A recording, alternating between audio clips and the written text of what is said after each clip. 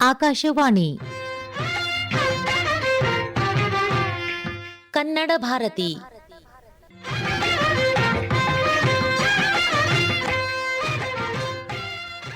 ಇವತ್ತಿನ ಕಾರ್ಯಕ್ರಮದಲ್ಲಿ ಮಹಿಳಾ ಸಾಹಿತ್ಯ, ಶರಣ ಸಾಹಿತ್ಯ ಹಾಗೂ ಜನಪದ ಸಾಹಿತ್ಯಕ್ಕೆ ಅಮೂಲ್ಯ ಕೊಡುಗೆ ನೀಡಿದ ಕಲಬುರಗಿಯ ಹಿರಿಯ ಲೇಖಕಿ ಡಾ ಶಕುಂತಲಾ ದುರ್ಗಿ ಅವರೊಂದಿಗೆ ಸಂದರ್ಶನ ಕೇಳುವಿರಿ.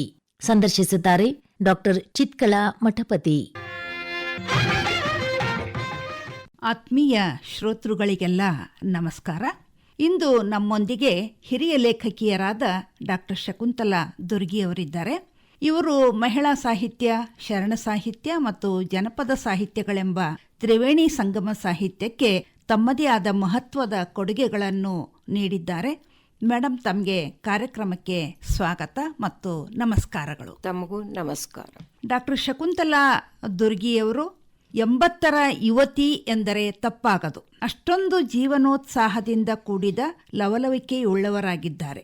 ಇವರ ಒಂದು ಸಂಕ್ಷಿಪ್ತ ಪರಿಚಯವನ್ನ ತಮಗೆಲ್ಲ ನೀಡೋದಾದ್ರೆ, ಬಸವಣ್ಣನವರ ತಪೋಭೂಮಿಯಾದ ಕೂಡಲ ಸಂಗಮಕ್ಕೆ ಹೋಗುವ ದಾರಿಯ ಹೆಬ್ಬಾಗಿಲು ಎಂದೇ ಗುರುತಿಸಲಾಗುವ ಬಾಗಲಕೋಟೆಯವರು. ಅಲ್ಲಿನ ಶ್ರೀಮಂತ ಸುಸಂಸ್ಕೃತ ವ್ಯಾಪಾರಸ್ಥ ಮನೆತನ ನಾವಲಗಿ ಎಂಬ ಪರಿವಾರ. ಆ ಪರಿವಾರದ ಶ್ರೀ ಶಿವಲಿಂಗಪ್ಪ ಮತ್ತು ಪಾರ್ವತಮ್ಮನವರ 8ನೆಯ ಮಗಳಾಗಿ ಮೇಡಮ್ ಅವರು ಜನಿಸಿದ್ದಾರೆ. ತಮ್ಮ ಪ್ರಾಥಮಿಕ, ಮಾಧ್ಯಮಿಕ ಮತ್ತು ಉಚ್ಚ ಶಿಕ್ಷಣವನ್ನೆಲ್ಲ ಬಾಗಲಕೋಟೆಯ ಶ್ರೀ ಬಸವೇಶ್ವರ ಶಿಕ್ಷಣ ಸಂಸ್ಥೆಯಿಂದಲೇ ಪಡೆದಿದ್ದಾರೆ. ಮುಂದೆ MA ಕನ್ನಡವನ್ನ ಧಾರವಾಡದ ಕರ್ನಾಟಕ ವಿಶ್ವವಿದ್ಯಾಲಯದಿಂದ ಪಡೆದುಕೊಂಡ ನಂತರ ಅರ್ಥಶಾಸ್ತ್ರ ಪ್ರಾಧ್ಯಾಪಕರಾದ ಬೆಳಗಾವಿಯ ಶ್ರೀ ಸಿದ್ದರಾಮ ದುರ್ಗಿಯವರೊಂದಿಗೆ ವಿವಾಹ ಆದ ಮೇಲೆ ಇಬ್ಬರೂ ದಂಪತಿಗಳು ಕಲಬುರಗಿಗೆ ಸೇವೆಗಾಗಿ ಬಂದವರು. ಇಲ್ಲಿಯೇ ನೆಲೆ ನಿಂತಿದ್ದಾರೆ. ಅವರ ಸಾಹಿತ್ಯಿಕ ಸಾಧನೆಯ ಕೆಲವು ಹೆಜ್ಜೆ ಗುರುತುಗಳನ್ನ ಈಗ ಅವರಿಂದಲೇ ಕೇಳೋಣ. ಮೇಡಮ್, ತಾವು ಕಲಬುರಗಿಗೆ ಬಂದ ದಶಕ ಬಹುಶಃ 70ರ ದಶಕ ಅನ್ಕೊಳ್ತೀನಿ.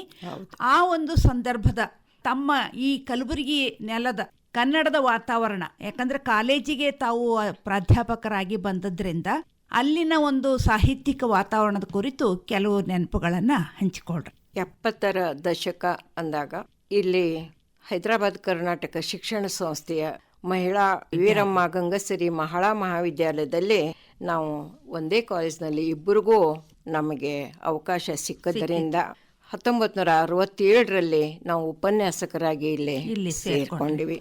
ಆವಾಗ 1965ರಲ್ಲಿ ಆ ಕಾಲೇಜು ಪ್ರಾರಂಭವಾಗಿ ಅದೇ ಬಾಲ್ಯಾವಸ್ಥೆಯಲ್ಲಿದ್ದಂಥ ಸ್ಥಿತಿ. ವಿದ್ಯಾರ್ಥಿಗಳ ಸಂಖ್ಯೆಯೂ ಅಲ್ಪವಾಗಿತ್ತು. ಆದರೆ ವಿಶೇಷವಾಗಿ ಇಲ್ಲಿ ಉರ್ದು, ಅರಬ್ಬಿಗಳ ಪ್ರಭಾವ ಹೆಚ್ಚಾಗಿತ್ತು. ಅಷ್ಟೇ ಅಲ್ಲ, ವಿದ್ಯಾರ್ಥಿನಿಯರ ಸಂಖ್ಯೆ ಇಲ್ಲಿ ಅಧಿಕ ಆಗಿತ್ತು. ಆಮೇಲೆ ಆರಂಭದ ಕಾಲೇಜ್ ಆದ್ದರಿಂದ ವಿಷಯಗಳು ಅತ್ಯಂತ ಮಿತ ಸಂಖ್ಯೆಯಲ್ಲೇ ಇದ್ದು, ಈಗ ಸೋಶಿಯಾಲಜಿ ಆಮೇಲೆ ಪೊಲಿಟಿಕಲ್ ಸೈನ್ಸ್ ಅಷ್ಟೇ ಲಿಮಿಟೆಡ್ ವಿಷಯ, ಅದೇ ಆರಂಭದಾಗಿದ್ದರಿಂದ ವಿಷಯಗಳು ಅಷ್ಟೇ ಇದ್ದು. ನಾವು ಬಂದಾಗ ಇನ್ನು ಕನ್ನಡ ಅನ್ನೋದು ಬರೀ ಬೇಸಿಕ್ ಇದರಲ್ಲೇ ಶಿವಶರಣಪ್ಪ ಜವಳಿಯವರು ನಾನು ಇಬ್ರು ಇಲ್ಲಿ ಅಧ್ಯಾಪಕರಾಗಿ ಸೇರ್ಕೊಂಡಾಗ ಏನಾದರೂ ಮಾಡಿ ಆವಾಗ ಮೇಜರ್ ಮೈನರ್ ಇದ್ದರಿಂದ ಬರೀ ಬೇಸಿಕ್ ಆದ್ರೆ ನಡೆಯುವುದಿಲ್ಲ. ಇಲ್ಲಿಯೂ ಕನ್ನಡದ ಸ್ಥಿತಿ ಅಂದಾಗ ಅವ್ರು ಪ್ರತಿಯೊಬ್ಬರೂ ಕನ್ನಡ ಅಂದಾಗ ವ್ಯಾಕರಣಕ್ಕೆ ಬಹಳ ಹೆದರ್ತಾ ಇದ್ರು. ಅದರಲ್ಲಿಯೂ ಶಬ್ದಮಣಿ ದರ್ಪಣ, ಆಮೇಲೆ ಸಾಹಿತ್ಯ ಚರಿತ್ರೆಗಳು ಒಂದು ಹೊತ್ತಿಗೆಗಳಿದ್ದಂತೆನೆ. ಶಬ್ದಮಣಿ ದರ್ಪಣ ಕೇಶರಾಜಂದು ಅಂದಾಗ ನಾವು ಅದನ್ನು ಓದಿದ್ರೆ ನಮ್ ಕೇಶನ ಉದುರಿ ಹೋಗ್ತಾವ ಅನ್ನೋಷ್ಟ್ರ ಮಟ್ಟಿಗೆ ಭಯ ವಿದ್ಯಾರ್ಥಿಗಳಲ್ಲಿತ್ತು. ಅದಕ್ಕಾಗಿ ನಾವೊಂದು ಇಲ್ಲ, ಅದನ್ನ ತಿಳ್ಕೊಂಡ್ರೆ ನೀವು ಇಡೀ ಮುಂದಿನ ಭಾಷೆಗೆ ಎಷ್ಟು ಅನುಕೂಲ, ಅದು ಭದ್ರ ಬುನಾದಿ ನಮ್ಗೆ ಬೇಕಾಗಿದ್ದೇ ವ್ಯಾಕರಣ.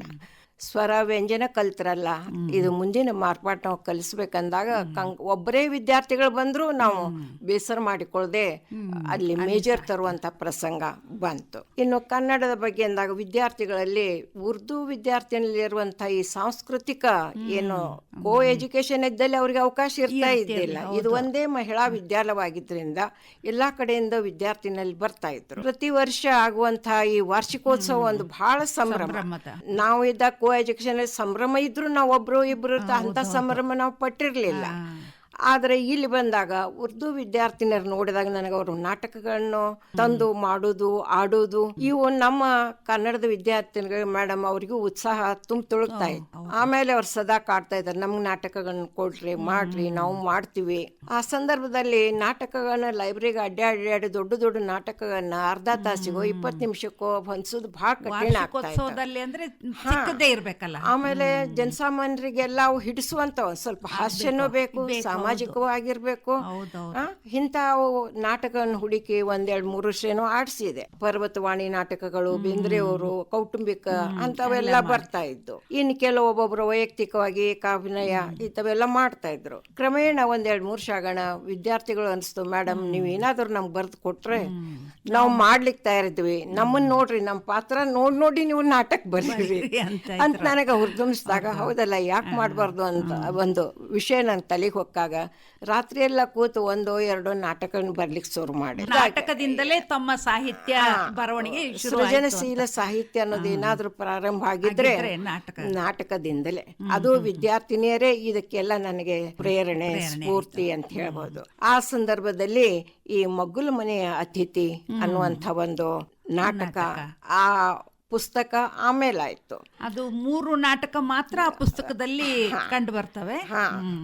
ಒಂದು ಮಗ್ಗುಲ ಮನೆ ಅತಿಥಿ, ಆಮೇಲೆ ನಿರ್ಗಮನ, ಮತ್ತೊಂದು ತಲೆಗೆ ಬಡದ ಮೇಲೆ ಬುದ್ಧಿ ಬಂತು.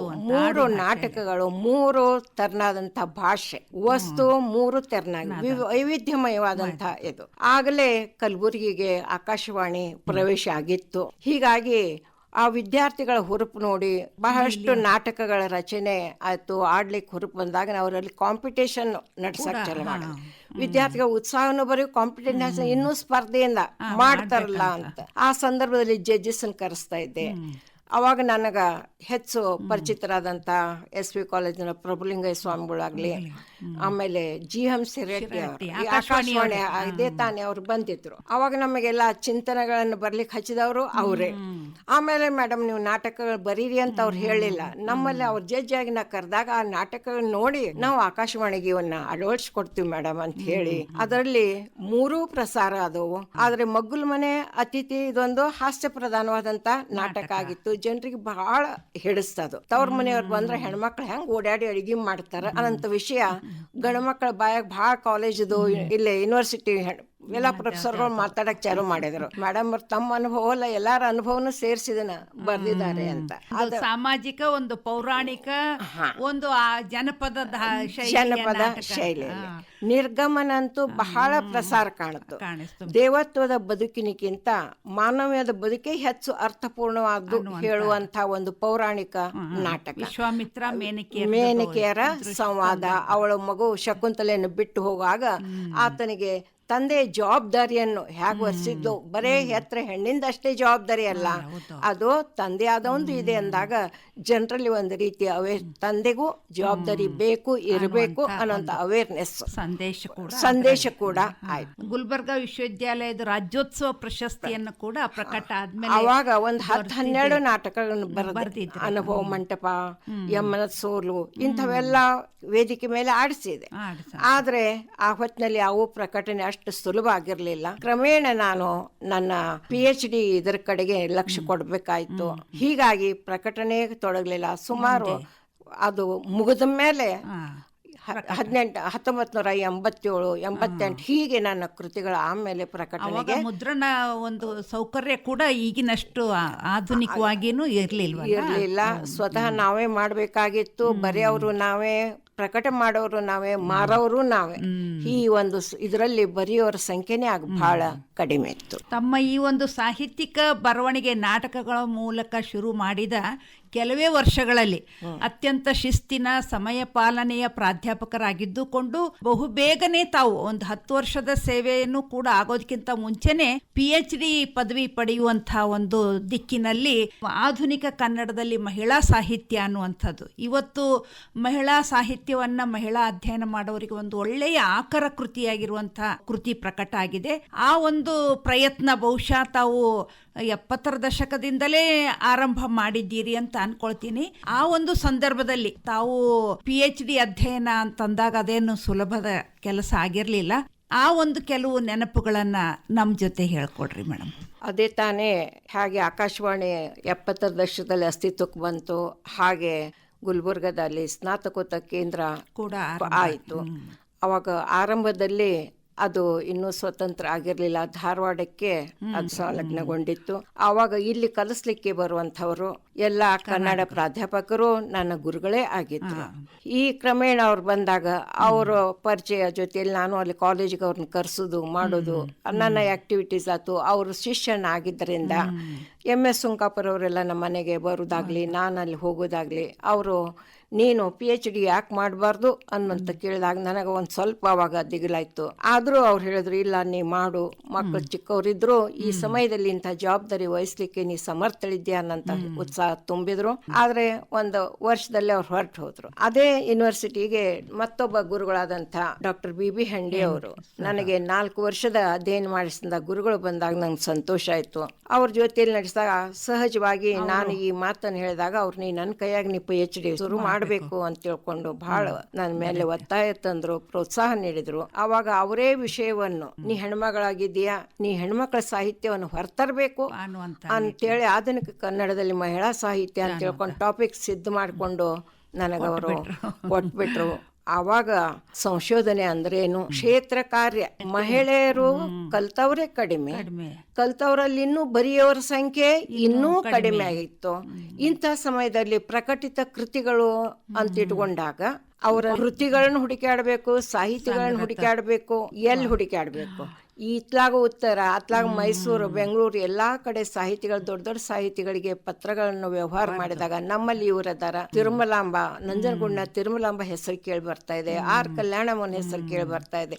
ಹೀಗೆ ಕೆಲವರು ರಂಶ್ರೀ ಮುಗುಳಿಯವರು ಸಹಾಯ ಮಾಡಿದ್ರು. ಇತ್ಲಾಗ ಬೆಟಗೇರಿ ಕೃಷ್ಣ ಶರ್ಮರು, ನಮ್ಮಲ್ಲೇ ಶಾಂತಾಬಾಯಿ ನಿಲ್ಗಾರ್ ಅನ್ನೋ ಒಬ್ಬ ವ್ಯಕ್ತಿ ಇದ್ದಾಳೆ. ಹೀಗೆ ಅವರು ತಮ್ಮ ಕಾಲದ ಕೆಲವು ಮಂದಿ ಹೆಸರು ಹೇಳಿದಾಗ ನಾನು ಅನಿವಾರ್ಯವಾಗಿ ಮೈಸೂರು, ಬೆಂಗಳೂರು ಎಲ್ಲಾ ಕಡೆಗೆ ಅಡ್ಡಾಡಿದ್ರು ಸಹಿತ ಮಹಿಳೆಯರ ಪ್ರಕಟಿತ ಕೃತಿಗಳೇ ಸಿಗಲೇ ಇಲ್ಲ. ಅವ್ರ ಅದಾರ ಇಲ್ಲನ್ನೋದು ಸಹಿತ ನನಗೆ ಅವಾಗ ಪತ್ತೆ ಹತ್ತಲಿಲ್ಲ. ಹೀಗೆ ಸತತವಾಗಿ ಕ್ಷೇತ್ರ ಕಾರ್ಯ ಮಾಡಿದ ಫಲವಾಗಿ ನಾನು ಇಟ್ಟುಕೊಂಡಂಥ ಅವರು ಹೇಳಿದಂಥ ವಿಷಯ ವ್ಯಾಪ್ತಿ ನವೋದಯ ಕಾಲ ಅಂದಾಗ 1909ರಿಂದ 1975ರವರೆಗೆ ಬೆಳೆದು ಬಂದಂಥ ಮಹಿಳಾ ಸಾಹಿತ್ಯ, ಅದರಲ್ಲಿ ಕಥೆ, ಕಾದಂಬರಿ, ಕಾವ್ಯ 3 ಸೃಜನಶೀಲ ಪ್ರಕಾರಗಳೇ ಆಗಿದ್ದರಿಂದ ಅವರನ್ನ ಗುರುತಿಸ್ಲಿಕ್ಕೆ ಎಲ್ಲೆಲ್ಲಿ ಸಹಾಯಕ ಗ್ರಂಥಗಳು ಸಿಗ್ತಾಗ ಅಂದಾಗ ಸುಮಾರು ನನಗೆ ಒಂದೇ ಕೃತಿ ಪ್ರಕಟಿತ ಆದ್ರೂ ಸಾಕಾಗಿತ್ತು. ಆಮೇಲೆ ಇನ್ನು ವಿಮರ್ಶೆಗೆ ಎತ್ಕೊಳ್ಬೇಕಾದ್ರೆ ಸಂಖ್ಯೆಯಿಂದ ಅದು ಒಂದೇ ಇದ್ರು ಗುಣಮಟ್ಟದಿಂದ ಒಳ್ಳೇದಾಗಿದ್ರೆ ಅದನ್ನ ವಿಮರ್ಶೆಗೆ ಎತ್ಕೊಳ್ತಾ ಇದ್ದೆ, ಇಲ್ಲದೇ ಇದ್ರೆ ಅವ್ರ ಹೆಸರನ್ನು ಮಾತ್ರ ನಮೂಸ್ತಾ ಇದ್ದೆ. ಹೀಗಾಗಿ ಸುಮಾರು 110 ಲೇಖಕಿಯರ ಸಂಗ್ರಹ ಅಲ್ಲೇ ಇತ್ತು. ಅಂಥ ಸಂಗ್ರಹ ಮಾಡಿದಾಗ 3ರಲ್ಲಿ ಸಣ್ಣ ಕಥೆಗಳನ್ನು ಬರೆದವರೆಲ್ಲರೂ ಬಹಳಷ್ಟು ಜನ ನವೋದಯ, ಪ್ರಗತಿಶೀಲ, ನವ್ಯಕದಲ್ಲಿ ಕಾದಂಬರಿಗಳನ್ನು ಬರೆದದ್ದನ್ನು ನಾನು ಗುರುತಿಸಿದೆ. ಅವರಲ್ಲಿ ನಮಗ ವಿಶೇಷವಾಗಿ ತ್ರಿವೇಣಿ ಆಗಿರ್ಬೋದು, ಆಮೇಲೆ ವಾಣಿ, ಅನುಪಮ, ನಿರಂಜನ, ಈ ಪ್ರಗತಿಶೀಲ ನವ್ಯದ ಸಂದರ್ಭದಲ್ಲಿ ಬಂದಾಗ ಸಿಗುವಂತವರು ಬಹಳ ಕಡಿಮೆ. ವೀಣಾ ಶಾಂತೇಶ್ವರ, ರಾಜಲಕ್ಷ್ಮಿ N ರಾವ್ ಅವರು 1-2 ಕೃತಿಗಳಷ್ಟೇ, ಒಂದೊಂದೇ ಬಂದಿದ್ದು. ಈ ಎಲ್ಲ ಒಟ್ಟು ಸಂಗ್ರಹದಿಂದ ಆ ಕೃತಿ ಸಂಗ್ರಹಿಸಬೇಕು ಬಹಳಷ್ಟು ಸಮಯ ತಗೋತು. ಬಹಳ ಪರಿಶ್ರಮದ ಪ್ರತಿಫಲನೇ ಆಗಿದೆ. ಅದಕ್ಕಂತೇನೆ ಇವತ್ತಿಗೂ ಕೂಡ ಕನ್ನಡದಲ್ಲಿ ಮಹಿಳಾ ಸಾಹಿತ್ಯ ಅಂದಾಗ ಎಲ್ಲರೂ ಹೆಸರಿಸೋದು ಶಕುಂತಲಾ ದುರ್ಗಿಯವರ ಥೀಸಿಸ್ ಅನ್ನ ಓದಿ ನೋಡಿ ಮೊದಲು ಅನ್ನುವಂಥ ಬೇಸ್ ರೀತಿಯಲ್ಲಿ ತಮ್ಮ ಕೃತಿ ಬಂದದ್ದಕ್ಕೆ ನಿಜಕ್ಕೂ ಅಭಿನಂದನೆ ಹೇಳ್ತಾ, ತಾವು ನಾಟಕದಿಂದ ಆರಂಭ ಮಾಡಿದ್ರಿ, ಆಮೇಲೆ ಒಟ್ಟು ಮಹಿಳಾ ಸಾಹಿತ್ಯ, ಆಧುನಿಕ ಮಹಿಳಾ ಸಾಹಿತ್ಯವನ್ನ ಎಲ್ಲ ಅಧ್ಯಯನ ಮಾಡಿ ಅದು ಕೃತಿ ರಚನೆ ಮಾಡಿದ್ರಿ. ತದನಂತರದಲ್ಲಿ ತಮ್ಮ ಆಸಕ್ತಿ ಜನಪದ ಮತ್ತು ಶರಣ ಸಾಹಿತ್ಯದ ಕಡೆ ವಾಲಿದ್ದರ ಪ್ರತೀಕವಾಗಿ ಕೃತಿಗಳ ಪ್ರಕಟಣೆ ಆರಂಭಗೊಂಡಿದೆ.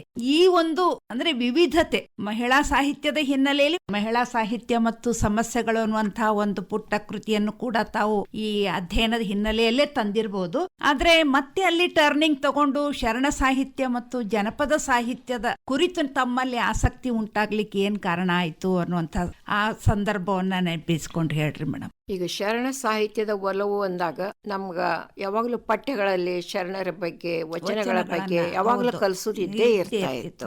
ಆಮೇಲೆ ಅಲ್ಲಲ್ಲೇ ಲೇಖನಗಳನ್ನು ಕೇಳುವಂತಹದ್ದು. ಈಗ ಇಲ್ಲಿ ಕಲಬುರಗಿಯಲ್ಲಿ ಬರುವಂತಹ ಜೀವನ ಪ್ರಕಾಶ ಶೈಕ್ಷಣಿಕ ಮಾಸಪತ್ರಿಕೆ ಆ ಕಾಲದಾಗಿತ್ತು. ಅದಕ್ಕೂ ಬಹಳಷ್ಟು ಲೇಖನಗಳನ್ನ ಕೇಳ್ತಾ ಇದ್ರು. ಮಹಿಳಾ ಸಾಹಿತ್ಯ ವರ್ಷದ ಬಂದಾಗ ಮಹಿಳಾ ಸಾಹಿತಿಗಳ ಬಗ್ಗೆ ಕೇಳೋದಾಗ್ಲಿ, ಮಹಿಳೆ ಶಿಕ್ಷಣ, ಮಹಿಳೆ ಸ್ವಾತಂತ್ರ್ಯ ಇಂಥವೆಲ್ಲ ಅನ್ನಕ. ಇನ್ನು ಸರ್ವಜ್ಞಂದ ಬಂದಾಗ ಹೀಗೆ ಆ ಲೇಖನಗಳನ್ನ ಬರೀತಾ ಹೋಗುವಂತದ್ರ ಜೊತೆಯಲ್ಲಿ ಈ ವಚನಗಳ ಒಂದು ಶರಣರ ಸಾಹಿತ್ಯನೂ ನಮ್ಗಲ್ಲೇ ಬರೆಯುವಂತಹದ್ದು ಅವಕಾಶ ಬಂತು. ಆದ್ರೆ ನನ್ನ ಲೇಖನಿ ಹೆಚ್ಚು ಹರಿತವಾದದ್ದು ಯಾವಾಗಂದ್ರ ನಾನು ವೃತ್ತಿಯಿಂದ ನಿವೃತ್ತಿ ಆದ್ಮೇಲೆ. ಮೊದಲು ಬಂದಂತಹ ಒಂದು 4-5 ಕೃತಿಗಳು ಪಠ್ಯ ಪುಸ್ತಕದವನ್ನು ಹಿಡ್ಕೊಂಡೆ ಅವೆಲ್ಲ ಪ್ರಕಟಿತ ಕೃತಿಗಳು ಆದ್ಮೇಲೆ ನಾ ಅಲ್ಲಿಗೆ ಸಂಪೂರ್ಣವಾಗಿ ಮನೆ ಜವಾಬ್ದಾರಿ ಕಡೆನೆ ಮಕ್ಕಳು ಅವರ ಶಿಕ್ಷಣ, ಅವ್ರ ಮದುವೆ ಎಲ್ಲ ನಾನು ರಿಟೈರ್ ಆಗೋದ್ರೊಳಗೆ ಮೊಮ್ಮಕ್ಕಳನ್ನು ಕಂಡಿದ್ದೆ. ಮಗನಿಗೆ 2, ಮಗಳಿಗೆ 2. ಹೀಗೆ ರಿಟೈರ್ ಆದ್ಮೇಲೆ ಅವ್ರನ್ನ ಸ್ಕೂಲಿಗೆ ಕಳಿಸಿ ಎಲ್ಲಾ ಮಾಡಿನೂ ನಾನು ರಿಟೈರ್ ವೃತ್ತಿಯಲ್ಲಿ ಮೊಮ್ಮಕ್ಕಳ ಜೊತೆ ಕಳೆಯೋದ್ರ ಜೊತೆಯಲ್ಲಿ ನನಗೆ ಅವಾಗ ಯಾವ ಜವಾಬ್ದಾರಿನೂ ಇರ್ಲಿಲ್ಲ. ನಾನು ಪೂರ್ಣ ಮನಸ್ಸಿನಿಂದ ಅನಿಸ್ತು ಇನ್ನೇನಾದ್ರೂ ನಾನು ತೊಡಗಿಸಿಕೊಳ್ಬೇಕು ಅನ್ನುವಂತ ಸಮಯವಾಗಿದ್ದ ಸಾಹಿತ್ಯದ ಆಸಕ್ತಿ ಮತ್ತೆ ಮೊಳೆತು. ಅದಕ್ಕೂ ಕಾರಣಗಳದಾವ. ವೆಂಕಟೇಶ್ ನಗರ, ಗೋದುತಾಯಿ ನಗರದಲ್ಲಿ ನಡೆಯುವಂತಹ ವಚನೋತ್ಸವಗಳು, ಅಲ್ಲೆಲ್ಲ ವಚನಗಳನ್ನ ಜಾನಪದ ಹಾಡುಗಳು ಶರಣರ ಬಗ್ಗೆ ಕುರಿತು ಹಾಡುವಂತಹದ್ದು 1 ತಾಸು 1.5 ತಾಸು ಪ್ರೋಗ್ರಾಮ್ ಪ್ರತಿ ಸೋಮವಾರ ಹಾಕೋತಾ ಇದ್ರು. ಅವರೆಲ್ಲ ನನಗ ಗೆಳತಿಯರೇ, ಅವರು ಎಲ್ಲಾರು ಅಣ್ಣಿಗೇರಿ, ಅವರು ಎಲ್ಲ ಪ್ರೊಫೆಸರ್ಗಳೇ ಎಲ್ಲಾರು. ಅಲ್ಲಿದ್ದಂತ ಗೋದುತಾಯಿ ಕಲೆ ಬಹಳಷ್ಟು ಇಲ್ಲಿ ಪ್ರೊಫೆಸರ್ಗಳೆಲ್ಲ ರಿಟೈರ್ ಬಂದು ಅಲ್ಲಿ ಈಶ್ವರ ದೇವ್ರ ಗುಡಿಯಲ್ಲಿ ಕೂಡ್ತಾ ಇದ್ರು. ಅವ್ರ ಜೊತೆಯಲ್ಲಿ ನಾನು ಒಂದೊಂದು ವಚನಗಳನ್ನು ವ್ಯಾಖ್ಯಾನ ಮಾಡೋದನ್ನ ಶುರು ಮಾಡಿದೆ. ಆ ವ್ಯಾಖ್ಯಾನಗಳ ಪ್ರತೀಕ ಮಾಡಿದ್ದನ್ನ ಏನ್ ಮಾಡಿದ್ದೆ, ಮನೆಯಲ್ಲಿ ಬರೆದಿಟ್ಟು ನಾನು ಅಲ್ಲಿ ಹೋಗಿ ಹೇಳ್ತಾ ಇದ್ದೆ. ಹೀಗಾಗಿ ಮುಂದೆ 4-5 ವರ್ಷದ ಮೇಲೆ ಮಹಾದೇವಕ್ಕಗಳ ವಚನ ಮತ್ತು ಅಕ್ಕಮ್ಮನ ವಚನಗಳ ಕುರಿತು ಒಂದು ಪುಸ್ತಕನೇ ತಂದ್ಬಿಟ್ಟೆ. ಆವಾಗ ಅವ್ರೆಲ್ಲರಿಗೂ ನಾ ಅಂದೆ, ಬರೇ ವಚನಗಳನ್ನ ಹಾಡೋದು ಕೇಳೋದು ಭಜನೆ ಮಾಡಿದ್ರೆ ಮುಗಿಲಿಲ್ಲ. ನಾವು ಮಾಡುವಂತ ಕಾರ್ಯಕ್ರಮದಲ್ಲಿ ಈ ಕಲಬುರಗಿಯ ಪುಣ್ಯ ಭೂಮಿಯಲ್ಲಿ ಸಾಕಷ್ಟು ಶರಣರ ಕ್ಷೇತ್ರಗಳಿದ್ದಾವೆ. ನಾವು ಅವುಗಳನ್ನ ನೋಡ್ಕೊಂಡು ಬಂದ್ರೆ ನಮಗೆ ಇನ್ನೂ ಹೆಚ್ಚು ಅವುಗಳ ಬಗ್ಗೆ ಅನುಭವ ಬರ್ತದ ಅಂದಾಗ ಎಲ್ಲರೂ ನಾವು ಕೂಡಿ ಇಲ್ಲೇ ಇರುವಂತಹ ಕಡ್ಕೋಳ ಮಡಿವಾಳಪ್ಪನದು ಕಡ್ಕೋಳಕ್ಕಾಗ್ಲಿ, ಅರಳಗುಂಡಿಗೆ ಶರಣಬಸವೇಶ್ವರ, ಸ್ವನ್ನ, ಗೋಲ್ಗೇರಿ, ಇಲ್ಲಿ ಗೋಲ್ಗೇರಿಗೆ ಹೋದಂತ ಒಂದು ಪ್ರಸಂಗ ನಾ ಇಲ್ಲಿ ಹೇಳ್ತಾ ಇದ್ದೇನೆ. ಆ ವಚನೋತ್ಸವದಲ್ಲಿ ಗೊಲ್ಲಾಳನ ಒಂದು ಹಾಡು ಹಾಡ್ತಾ ಇದ್ರು ಅವರು. ನಾಂದೆ, ಗೊಲ್ಗೇರಿ ಇದು ಹಾಡು ಹಾಡ್ತಾ ಇದ್ರಿ, ಹಾಗಾದ್ರೆ ಇಲ್ಲಿ ಏನಿದೆ ನೋಡೋಣ ಅಂತ ತಿಳ್ಕೊಂಡು ಅಲ್ಲಿ ಹೋದಾಗ ಅಲ್ಲಿ ಸಣ್ಣದ ಒಂದು ಪಾಕೆಟ್ ಸೈಜ್ ಪುಸ್ತಕ ಗೊಲ್ಗೇರಿಯ ಶರಣನ ಬಗ್ಗೆ ಸಿಕ್ತದೆ. ಅಷ್ಟೇ ಸಿಕ್ತು. ಅದನ್ನ ಮನೆಗೆ ತಂದು ಓದಿ ಅವ್ರಿಗೆಲ್ಲ ಮರುದಿವಸ ಸೋಮವಾರನೇ ಎಲ್ಲರಿಗೂ ಕತೆ ಹೇಳಿದೆ. ಅಲ್ಲಿದ್ದಂತವ್ರು ಒಬ್ರು ಹೇಳಿದ್ರು, ಏನ್ರಿ ನಿನ್ನೆ ತಂದಿರಿ? ಎಲ್ಲ ಹೌದು, ಅದ್ರಾಗ ಏನೇನದ ಅದನ್ನೆಲ್ಲ ನೋಡಿದೆ ನಾನು, ಹಿಂಗಿದಾನೆ ಅಂದಾಗ ಒಂದ್ ಸ್ವಲ್ಪ ನಾವು ಹೇಳಿದ್ರೆ ಜನಕ್ಕೆ ಬಿತ್ತರಿಸಿದ್ರೆ ಏನೇನೋ ಅದ್ರ ಬಗ್ಗೆ ನಮ್ಗ ವಿಷಯ ದೊರೀತದ. ಅಲ್ಲಿದ್ದಂತ ಒಬ್ಬ ಮಹಿಳೆ, ನಮ್ಮ ಅವ್ವಾರ ಇದ್ರಾಗಿನ ಕತಿ ಬಹಳ ಹೇಳ್ತಾರೆ ಮೇಡಮ್ಮ, ಹಾಡ ಹೇಳ್ತಾರ ಅಂತಂದ್ಲ. ಹಂಗಾದ್ರೆ ನಾ ಅವ್ರನ್ನ ಬಿಡಂಗಿಲ್ಲ, ಎಲ್ಲ ನಾ ಕರೆಸ್ತೇನ್ರಿ ಗೋಲ್ಗೇರಿ. ಹೀಗೆ ನಾನು ಹೇಳುವಂತ ಮತ್ತೆ ಪ್ರತಿಕ್ರಿಯೆ ಹೆಚ್ಚೆಚ್ಚು ಸಿಕ್ಕಾಗ ಅದಕ್ಕೆ ಸಂಬಂಧಪಟ್ಟಂತ ನಾನು ಚಾರಿತ್ರಿಕ, ಶಿಷ್ಟ ಮತ್ತು ಜಾನಪದ ಎಲ್ಲಾ ವಿಷಯಗಳನ್ನ ಸಂಶೋಧನೆ ನಿಲಯದಲ್ಲಿ ಸಂಗ್ರಹಿಸಿದೆ. ಅಷ್ಟೇ ಅಲ್ಲ, ಗೊಲ್ಗೇರಿಗೆ 4 ಸಲ ಹೋಗಿ ಬಂದು ಅಲ್ಲಿ ಕಟ್ಟಿ ಮೇಲೆ ಕೂತವ್ರ ಜೊತೆಯಲ್ಲೇ ಕತೆಗಳನ್ನ ಕೇಳಿ ಅವುಗಳ ಸ್ಮಾರಕಗಳನ್ನೆಲ್ಲ ಅಡ್ಡಾಡಿ ಎಲ್ಲಾ ಸಂಗ್ರಹಿಸಿಕೊಂಡು ಒಂದು ಶಿಸ್ತಿನಲ್ಲಿ ಒಂದು ಪುಸ್ತಕವನ್ನು ಶರಣಗೊಲ್ಲ ಕಟ್ಟಿಕೊಟ್ಟಿಟ್ಟಾಗ, ಇದು ಅಷ್ಟೇ ಅಲ್ಲ, ಈತನೊಬ್ಬ ವಚನಕಾರ ಅನ್ನೋದನ್ನ ಮೊದಲು ಹುಡುಕಾಡಿದೆ ನಾನು. ಶಿಷ್ಟ ಸಾಹಿತ್ಯದಲ್ಲಿ ಲಾವಣಿ ಎಷ್ಟು ಆತನ ಕತೆಗಳನ್ನು ಕಟ್ಟಿಕೊಟ್ಟಿದ್ದಾವೆ ಅನ್ನೋದು ನನಗೆ ಅಲ್ಲಿ ಆಶ್ಚರ್ಯ ಆಯ್ತು. ಎಲ್ಲವನ್ನು ಸಂಗ್ರಹಿಸಿ ಕೊಟ್ಟಾಗ ಅಖಿಲ ಭಾರತ ಕನ್ನಡ ಸಾಹಿತ್ಯ ಪರಿಷತ್ನ ಗೋರುಚಿ ಅವರು ಅದನ್ನ ನೋಡಿ, ನಾವು ಇದನ್ನ ಇಲ್ಲೇ ಪ್ರಕಟಗೊಳಿಸ್ತೀವಮ್ಮ ಅಂತ ಹೇಳಿ ಅದು ಅಲ್ಲಿಂದ 2009ರಲ್ಲಿ ಆ ಕೃತಿ ಎರಡು ಪ್ರಶಸ್ತಿಗಳು ಅದಕ್ಕೆ ಬಂದಿದೆ. ಯಾಕೆಂದ್ರೆ 2010ರಲ್ಲಿ ಶ್ರೀ ಗುರು ಕಾರುಣ್ಯ ಪ್ರಶಸ್ತಿ ಅನ್ನುವಂಥದ್ದು ವಿಜಯ ಮಹಾಂತೇಶ್ವರ ಸಂಸ್ಥಾನ ಮಠ ಇಲ್ಕಲ್ನಿಂದ ಕೂಡ ದೊರೆತಿದೆ. ಅದೇ ಕೃತಿಗೆ 18ರಲ್ಲಿ ಶರಣ ಗೊಲ್ಲಾಳ ಸಿರಿ ಪ್ರಶಸ್ತಿ ಅನ್ನುವಂಥದ್ದು ಹಾಲುಮತ ಮಹಾಸಭಾ ತಾಲೂಕಾ ಘಟಕ ಸಿರುಗುಪ್ಪದಿಂದ ಕೂಡ ತಮ್ಗೆ ದೊರೆತಿದ್ ನೋಡಿದ್ರೆ ಆ ಕೃತಿಗೆ ತಾವು ಶ್ರಮ ಹಾಕಿದ್ದಕ್ಕೂ ಸಾರ್ಥಕ ಆಗಿದೆ ಅನ್ಸುತ್ತೆ. ಅನ್ಕೊಳ್ತೀನಿ. ಮತ್ತೆ ಮಹಾದೇವಿ ಅಕ್ಕನ ಮತ್ತು ಅಕ್ಕಮ್ಮನ ಆಯ್ದ ವಚನಗಳ ವ್ಯಾಖ್ಯಾನ ಆ ಕೃತಿ ಕೂಡ ಒಳ್ಳೆಯ ಮೌಲಿಕವಾದದ್ರಿಂದ ಅದಕ್ಕೂ ಕೂಡ ಅನುಭವ ಮಂಟಪದ ಪುಸ್ತಕ ಪ್ರಶಸ್ತಿ ದೊರೆತಿದೆ. ಬಸವ ಕಲ್ಯಾಣದಿಂದ ಆ ಪ್ರಶಸ್ತಿ ತಾವು ಪಡ್ಕೊಂಡಿದ್ದೀರಿ. ಇದ್ರ ಜೊತೆಗೆ ಯೋಗಾಂಗ ತ್ರಿವಿಧಿ ಅನ್ನುವಂಥದ್ದು ಅಕ್ಕನ ವಚನಗಳನ್ನ ಸಾಕಷ್ಟು ಜನ ಅಧ್ಯಯನ ಮಾಡಿದ್ದಾರೆ. ಆದ್ರೆ ಯೋಗಾಂಗ ತ್ರಿವಿಧಿ ಅನ್ನುವಂತಹ ಅನುಭಾವಿಕ ಹಿನ್ನೆಲೆಯನ್ನ ಉಳ್ಳಂತಹ ಕೃತಿಯತ್ತ ಕೂಡ ತಾವು ಮನಸ್ಸು ಮಾಡಿ ಅದರ ವ್ಯಾಖ್ಯಾನ ನೀಡಿದ್ದರ ಬಗ್ಗೆ, ಅಂದ್ರೆ ಯಾರು ಮಾಡ್ಲಾರ ಕೆಲಸವನ್ನ ಎತ್ಕೊಂಡು ಮಾಡುವಂತ ನಿಮ್ಮ ಪರಿಶ್ರಮದ ಹಿನ್ನೆಲೆಯಲ್ಲಿ ಬಂದ ಯೋಗಾಂಗ ತ್ರಿವಿಧಿಯ ಬಗ್ಗೆ ಒಂದ್ 4 ಮಾತುಗಳನ್ನ ಹೇಳ್ರಿ ಮೇಡಮ್. ಅಕ್ಕ ಮಹಾದೇವಿ ಬಗ್ಗೆ ಎಲ್ಲರಿಗೂ ಆಕೆ ವಚನಗಳ ಬಗ್ಗೆ ವೈರಾಗ್ಯದ ಬಗ್ಗೆ ಗೊತ್ತದ. ಅವಳ ಸ್ವರ ವಚನಗಳು ಬಂದವ, ಸೃಷ್ಟಿ ವಚನಗಳು ಬಂದವ. ಹೌದು. ಆದ್ರೆ ಅಕ್ಕನ ಯೋಗಾಂಗ ತ್ರಿವಿಧಿ ಬರೀ 67 ತ್ರಿಪದಿಗಳು. ಅದು ಜನಪದದಲ್ಲಿ ಯೋಗದ ಸಾಧನೆ ಸ್ವಾನುಭವವನ್ನ ಅವಳಲ್ಲೇ ಬಿಚ್ಚಿಟ್ಟಿದ್ದಾಳೆ. 3 ಸಾಲಿನ ಒಂದೊಂದು ಅನುಭವಗಳು. ಅದು ಯೋಗ ಮಾಡೋರು ಯಾವ ರೀತಿ ತಮ್ಮ ಅನುಭವವನ್ನ ಷಟ್ಸ್ಥಲಗಳ ಮುಖಾಂತರ ಅವಳು ವಿವರಿಸಿದ್ದು, ಇವೆಲ್ಲ ನೋಡಿದಾಗ ಅದರ ಬಗ್ಗೆ ನನಗೆ ಅಕ್ಕನ ಒಂದು ಲೇಖನ ಬರೆದು ಕೊಡುವಂತಹ ಸಂದರ್ಭ ಬಂತು. ವಿಚಾರ ಸಂಕಿರಣನೂ ಇಟ್ಟಿದ್ರು. ಅಕ್ಕನ ಸ್ವರ ವಚನ ಎಲ್ಲರಿಗೂ ಒಂದೊಂದು ಕೊಟ್ಟಾಗ ನಾ ಅಂದೆ ಅದು ಯೋಗಾಂಗ ತ್ರಿವಿಧಿ ಕೃತಿನೇ ಯಾರು ನೋಡಿಲ್ಲ. ಅವಾಗ ನಮ್ಗೆ R.C. ಹಿರೇಮಠರು ಸಂಗ್ರಹ ಮಾಡಿದಂತ ಶಿವಶರಣೆಯರ ವಚನಗಳಲ್ಲಿ ಅಕ್ಕನ ಎಲ್ಲಾ ಕೃತಿಗಳ ಜೊತೆಯಲ್ಲಿ ಇದು ಇತ್ತು. ಅದು ನನಗ ಸಿಕ್ತು. ಅದನ್ನ ಆ ಸಂದರ್ಭಕ್ಕೆ ತಕ್ಕಂತೆ ನಾನು ಅಲ್ಲಿ ಭಾಷಣನೂ ಮಾಡದೆ, ಬರ್ದನು, ಲೇಖನ ಕೊಟ್ಟೆ. ಆಮೇಲೆ ನನಗನ್ನಿಸ್ತು ಇದನ್ನ ಇಡಿಯಾಗಿ ಇರುವ 67 ಅದಾವ. ಅಕ್ಕನ ವಚನ ಸಾಹಿತಿ ಇಷ್ಟೊಂದದ, ಅಲ್ಲಿಯೂ ಸಾಕಷ್ಟು ಆಕಿಗೆ ಯೋಗದ ಮೇಲೆ ಬಂದಾವ. ಇದನ್ನ ಇಟ್ಕೊಂಡು ಯಾಕೆ ಮಾಡಬಾರ್ದು ಅನಿಸ್ದಾಗ ನನಗೆ ತಿಳಿದಷ್ಟರ ಮಟ್ಟಿಗೆ ಅದನ್ನ ಮಾಡಿದೆ. ಅದಕ್ಕೆ ನನಗೆ ಬಹಳಷ್ಟು ಕಾಪ್ಸೆ ಸರ್ ಸಹಾಯನೂ ಮಾಡಿದ್ರು.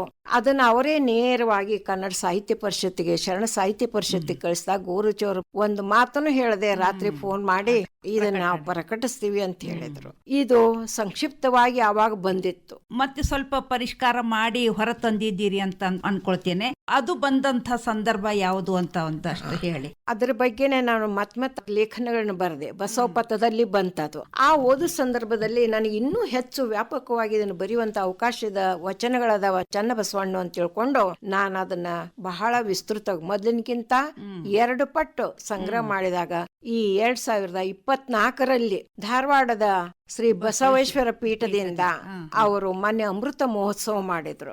ಡಾಕ್ಟರ್ ವೀರಣ್ಣ ರಾಜರವರಿಗೆ ನಾ ಇದನ್ನ ಕಳಿಸಿದ್ದೆ ಮುನ್ನುಡಿ ಬರ್ಲಿಕ್ಕೆ. ಅವರು ನಮ್ಮ ಈ ಬಸವೇಶ್ವರ ಪೀಠದಿಂದ ನಾವು ಈ ವಿಸ್ತರಣಾ ಕೃತಿಯನ್ನ ನಾವು ತರ್ತೀವಿ ಅಂತ ಸಂತೋಷದಿಂದ ಒಪ್ಕೊಂಡ್ರು.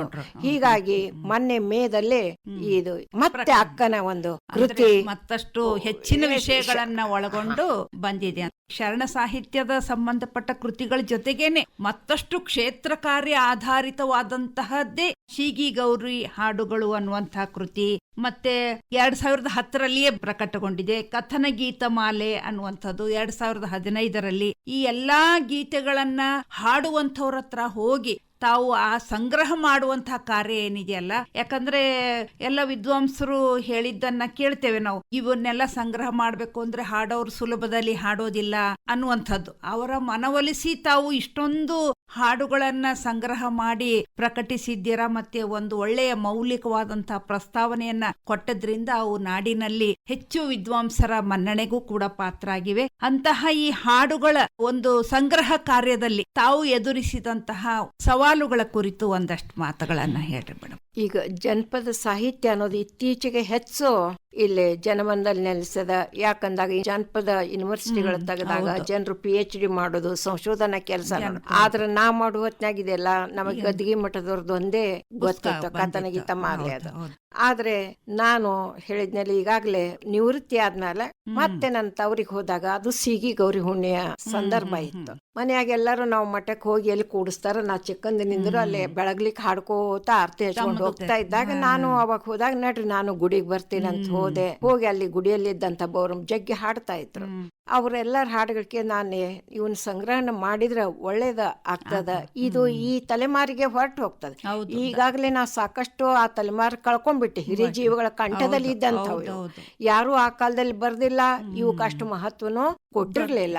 ಹೀಗಾಗಿ ನಾನು ಅಲ್ಲಿ 8 ದಿವಸ ನಿಂತು ನನ್ನ ಬಂಧು ಬಳಗ ಸುತ್ತಲಿನ ಹುಂಡಗುಂದ ಬೀಳಿಗಿ ನನಗೆ ಗೊತ್ತಿದ್ದಂತ ಪರಿಚಿತರು ಎಲ್ಲರ ಕಡೆ ಹೋಗಿ ಸೀಗಿ ಗೌರಿ ಹಾಡುಗಳ ಜೊತೆಲಿ ಮತ್ತೆ ಏನೇನ್ ಹಾಡ್ತಾರೆ ಎಲ್ಲವನ್ನು ಸಂಗ್ರಹ ಮಾಡುವಂತ ದಾಖಲೀಕರಣ. ಎಷ್ಟೋ ಸಲ ಬಂದವ್ರು ನಿಮ್ ಹೆಸರನ್ನ ಅದ್ರಾಗ ಪ್ರಕಟ ಮಾಡ್ತೀನಿ ಅಂದ್ರ ಕಡಿಕ ಅಮಾರ್ ನನ್ಗೆ ಏನ್ ಬರಂಗಿಲ್ಲ, ಬ್ಯಾಡ ನೀವು ಒಂದೆರಡು ಒಗಟ್ಟು ಹೇಳು, ಒಂದೆರಡು ಒಡಪಗಳು ಹೇಳ್ರಿ ಸಾಕು, ನಿಮ್ ಹೆಸರು ಹಾಕ್ತೀನಿ ಅಂತ ತಿಳ್ಕೊಂಡು ಅವ್ರನ್ನ ಪ್ರೋತ್ಸಾಹಿಸಿ ನಾನು ಎಲ್ಲಾ ಕಡೆಗೆ ಇದು ಮಾಡಿದೆ. ನೀವ್ ಹೇಳಿದಂಗ ಕೆಲವು ಕಡೆ ಒಳ್ಳೆ ರೀತಿಯ ಪ್ರತಿಕ್ರಿಯೆ ಅದ, ಕೆಲವು ಮಂದಿ ಒಂದ್ ಹಾಡ್ ಹಾಡಕ್ ಬಹಳಷ್ಟು ಗೋಳಾಡ್ಸಿದ್ದು ಉಂಟು ಮನೆ ಮನೆಗೆ.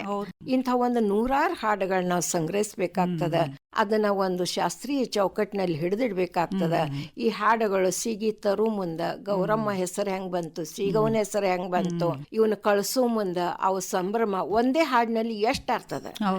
ಕುಂಕುಮ ಗೌರಿ, ಸೀಗಿ ಗೌರಿ, ಮ್ಯಾಣದ ಗೌರಿ ಹಿಂಗೆಲ್ಲ ಹಾಡುವಾಗ ಇವೆಲ್ಲ ನಮ್ಮ ಆಚರಣೆಯಲ್ಲಿ ಅದಾವ. ಅರ್ಶಿಣ ಗೌರಿ, ಕುಂಕುಮ ಗೌರಿ ಅಂದ್ರೆ ಅರ್ಶಿಣ ಗೌರಿ ಪೂಜೆ ಮಾಡ್ತಾರೆ. ಅವು ಸಂದರ್ಭಗಳನ್ನೆಲ್ಲ ಹಿಡಿದಿಡೋದು ಸುಮಾರು ಒಂದ್ 45 ಪುಟದ ಪ್ರಸ್ತಾವನೆಯನ್ನು ಬರೆದಾಗ ಅದಕ್ಕೆ ನಿಜಕ್ಕೂ ಇಷ್ಟು ಸುದೀರ್ಘವಾದಂತ ಪ್ರಸ್ತಾವನೆ ನೋಡೇ ಇಲ್ಲ ಅಂತ ತಿಳ್ಕೊಂಡು ಹೊಸಪೇಟೆಯ ಬಸವರಾಜ್ ಮಲ್ಶೆಟ್ಟಿ ಆಗ್ಲಿ, ದಂಡೆಯವ್ರಿ ಬಹಳ ಮಂದಿ ಅದಕ್ಕೆ ಅಪ್ರಿಸಿಯೇಟ್ನು ಮಾಡಿದ್ರು. ಅಂದ್ರ ಬರೀ ಸಂಗ್ರಹ ಅದು ಸಂಪಾದನೆ ಆಗುವುದಿಲ್ಲ. ಈ ಸಂಪಾದನೆ ಆಗ್ಬೇಕಾದ್ರ ಅವುಗಳ ಅರ್ಥವನ್ನು ನಾವು ತಿಳ್ಕೋಬೇಕು. ಮೌಲಿಕವಾದಂತ ಅವುಗಳನ್ನೆಲ್ಲ ವಿಷಯಗಳನ್ನ ಈ ಹಾಡುಗಳು ಯಾವ ನೆಲೆಯಲ್ಲಿ ಬಂದಾವ ಅದು ವರ್ಗೀಕರಣ ಮಾಡಿ ಆ ನೆಲೆಯನ್ನು ಗುರುತಿಸಿದಾಗ ಇದು ಸಂಪಾದನೆ ಅನ್ನುವಂತ ಮಾತನ್ನು ನಾ ಬರೆದು ಕೊಟ್ಟ ಮೇಲೆ MG ಬಿರಾದರು ನಿಜವಾದ ಸಂಪಾದನೆ ನಿನ್ನಿಂದ ಆಗ್ಯದ, ಉಳಿದವರೆಲ್ಲ ಯಾರೋ ಹಾಡಿದ್ದು ಬರ್ದದ್ದನ್ನ ತಂದು ಸಂಗ್ರಹ ಮಾಡ್ತಾ ಅದು ಸಂಗ್ರಹ ಆಗ್ತದ. ಸಂಪಾದನೆ ಅಂದ್ರೆ ಹೀಗಿರ್ಬೇಕು ಅನ್ನೋದನ್ನ ನಾ ಬರದ ಮೇಲೆ ತಿಳಿಸ್ಕೊಟ್ಟ ನನಗೆ ಇನ್ನೂ ಖುಷಿ ಆಯ್ತು. ಹೀಗ ಪ್ರತಿಯೊಂದನ್ನು ಒಂದು ಶಬ್ದ ತಿಳಿಲಿಲ್ಲ ಅಂದ್ರ ಅಲ್ಲಿ ನಾನು ಬಂದು ಯಾರಾದ್ರೂ ಕೇಳಿದಕ್ ಹಿಂಗ ಅಂದ್ರೆ ಏನು ಅಂತ ತಿಳ್ಕೊಂಡು ಬರೆಯುವಂತಹದ್ದು ನನಗೆ ಆಗ್ಲೇ ಸಂಶೋಧನೆ ಮಾಡಿದ್ರೆ ಅದಕ್ಕೆ ಏನಾದ್ರೂ ಅರ್ಥದ ಜನರ ಸಂಪರ್ಕ ಬರ್ಬೇಕು.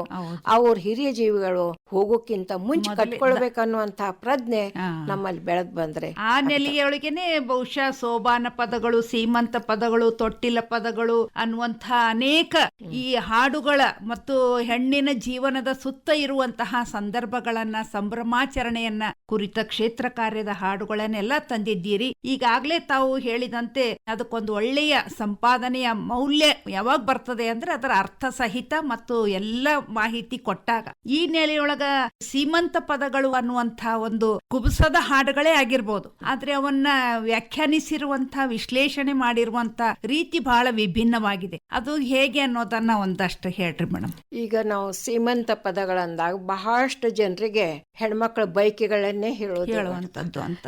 ಯಾವ ಸಂದರ್ಭದಲ್ಲಿ ಏನೇನ್ ಬೈಕೆಗಳಾಗ್ತಾವ, ಬೈಕೆಗಳ ಹಾಡುಗಳಂದ್ರೆ ಸೀಮಂತ ಪದಗಳನ್ನು ಮಟ್ಟಿಗೆ ಸೀಮಿತ ಆಗ್ಯದ. ಆದ್ರೆ ಆ ಹಾಡುಗಳನ್ನು ನಾವು ಸಂಪರ್ಕಿಸಿದಾಗ ಅವು ಅಷ್ಟಕ್ಕ ಸೀಮಿತ ಆಗಿಲ್ಲ. ಅವ್ರು ಎಷ್ಟು ಜಾನಪದರು ಜೀವನ ಅನುಭವ ಅನ್ನೋದು ಇತ್ತು ಅಂದಾಗ ಅವ್ರು ಹಾಡುವಂತ ಹಾಡುಗಳಲ್ಲಿ ಭ್ರೂಣ ತಾಳುವಂತ ಅವಸ್ಥೆಯಿಂದ ಹಿಡಿದು ಅದು ಬೆಳೆದು ಮುಂದೆ ಅಲ್ಲಿ ಶಿಶುವಾಗಿ ಪರಿಣಮಿಸುವವರೆಗೂ ಸುದೀರ್ಘವಾದಂತ ಹಾಡುಗಳಲ್ಲಿದ. ಗಂಡ ಹೆಂಡತಿ ಕೂಡಿದ ಮೇಲೆ ವಾರಕ್ಕ 2 ವಾರಕ್ಕ 3 ವಾರಕ್ಕೆ ಡಾಕ್ಟರ್ ಹತ್ರ ಹೋಗಿ ಕನ್ಸೀವ್ ಆಗ್ಯದ ಇಲ್ಲ ಅಂತ ತಿಳ್ಕೊಂಡ್ ಬರ್ತಾರ. ಆದ್ರ ಆಗ್ಲೇ ಅವ್ರು ಹೆಂಗ್ ಕನ್ಸೀವ್ ಆಗ್ಯದ ಅನ್ನೋದನ್ನ ನರನಾಡಿ ಮೇಲೆ ಆ ಪದಗಳಲ್ಲಿ ಅದು ಕೆನೆ ಹಾರ್ಲಂಗಿತ್ತು, ಆಮೇಲೆ ಸಿಲ್ಲುದ ಸಿಪ್ಪೆ ಬಾಳಿನ ಹಂಗಿತ್ತು. ಪ್ರತಿ ಹಂತವಾಗಿ ಬಿಡಿಸುವಂತ ವೈದ್ಯಕೀಯ ಜ್ಞಾನ ಅವಾಗ ಇನ್ನೂ ವೈದ್ಯಶಾಸ್ತ್ರದ ಬಗ್ಗೆ ಯಾವ ಕಾಲೇಜು ಇರಲಿಲ್ಲ, ಕಾಲದಲ್ಲಿ ಅಂಥ ಪದ್ಯಗಳು ಅಗ್ದಿ ವಿಶಿಷ್ಟವಾದಂತ 7-8 ಪದ್ಯಗಳು ಭ್ರೂಣದಿಂದ ಪೂರ್ಣವಾಗಿ 9 ತಿಂಗಳ ಗರ್ಭ ತುಂಬಿದ ಮೇಲೆ ಮಗು ಹೊಟ್ಟೆಯಾಗ ಬಡದಾಡುದು ಮಾಡೋದು ಈ ಎಲ್ಲವ ವಿವರಣೆಯನ್ನ ಅವರು ಹಾಡಿದ್ದಾರೆ ಅಂದಾಗ ಅವರ ಹಾಡಿನ ಜಾಣ್ಮೆ ಅದು ಸಹಜವಾಗಿ ಅವರಲ್ಲಿ ಮೈಗೂಡಿ ಬಂದಿತ್ತು ಅನ್ನೋದನ್ನ ಆ ಹಾಡುಗಳನ್ನ ಕಟ್ಟಿಟ್ಟಾಗ ನನಗ ಅನಿಸ್ತು.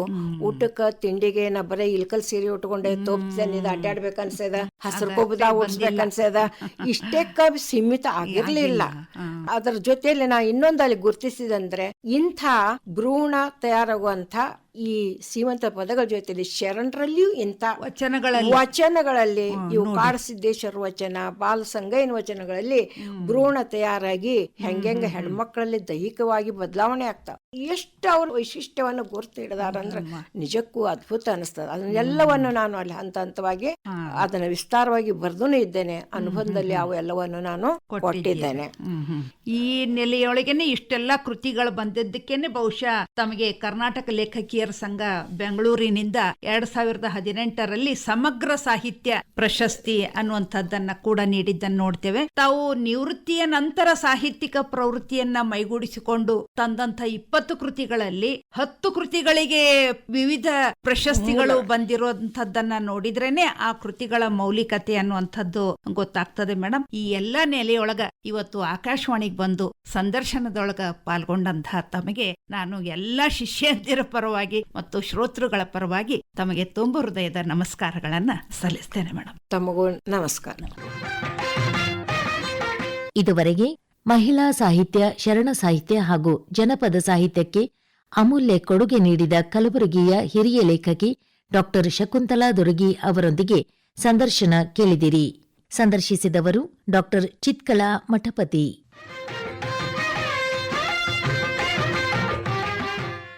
ನೆರವು ಮಧು ದೇಶ್ಮುಖ್. ನಿರ್ಮಾಣ ಬಿ ಸಿದ್ದಣ್ಣ. ಇದು ಈ ವಾರದ ಕನ್ನಡ ಭಾರತಿ.